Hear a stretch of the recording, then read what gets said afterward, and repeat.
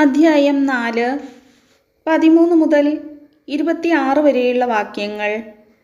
Israel സമൂഹം മുഴുവൻ അറിവില്ലായ്മ മൂലം പാപം ചെയ്യുകയും കർത്താവ് വിലക്കിയിരിക്കുന്നതിൽ എന്തെങ്കിലും ഒന്ന് ചെയ്ത് കുറ്റക്കാരാകുകയും അക്കാര്യം അവരുടെ ശ്രദ്ധയിൽപ്പെടാതിരിക്കുകയും ചെയ്യുന്നുവെന്നിരിക്കട്ടെ. എന്നാൽ തങ്ങളുടെ പാപത്തെക്കുറിച്ച് അറിയുമ്പോൾ പാപപരിഹാര ബലിക്കായി സമൂഹം മുഴുവൻ ഒരു കാളക്കുട്ടിയെ കാഴ്ചവെക്കുകയും അതിനെ സമാഗമ കൂടാരത്തിൻ്റെ വാതിൽക്കൽ കൊണ്ടുവരികയും വേണം.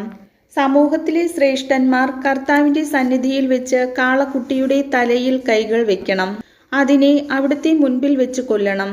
അഭിഷിക്തനായ പുരോഹിതൻ കാളക്കുട്ടിയുടെ കുറേ രക്തം സമാഗമ കൂടാരത്തിലേക്ക് കൊണ്ടുവരണം. അവൻ രക്തത്തിൽ വിരൽ മുക്കി കർത്താവിൻ്റെ സന്നിധിയിൽ തിരശീലയ്ക്ക് മുൻപിൽ 7 പ്രാവശ്യം തളിക്കണം. കുറേ രക്തമെടുത്ത് സമാഗമ കൂടാരത്തിൽ കർത്താവിൻ്റെ സന്നിധിയിലുള്ള ബലിപീഠത്തിൻ്റെ കൊമ്പുകളിൽ പുരട്ടണം.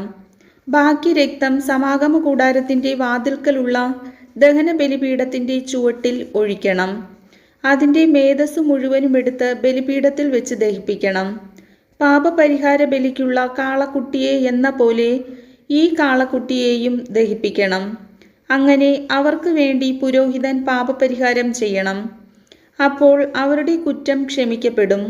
അനന്തരം കാളയെ കൂടാരത്തിനു വെളിയിൽ കൊണ്ടുപോയി ആദ്യത്തെ കാളയെ ദഹിപ്പിച്ചതുപോലെ ദഹിപ്പിക്കണം. ഇത് സമൂഹത്തിനു വേണ്ടിയുള്ള പാപപരിഹാര ബലിയാണ്.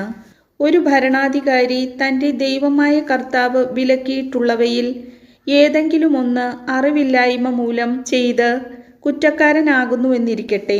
അവൻ തൻ്റെ തെറ്റു മനസ്സിലാക്കുമ്പോൾ ഊനമറ്റ ഒരു കോലാട്ടിൻ മുട്ടനെ കർത്താവിന് ബലിയർപ്പിക്കണം.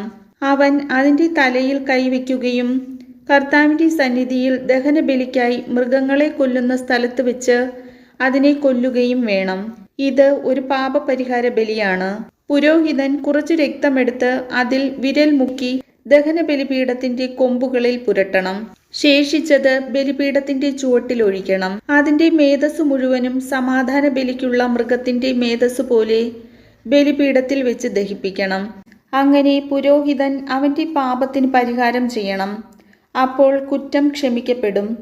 കർത്താവിൻ്റെ വചനം.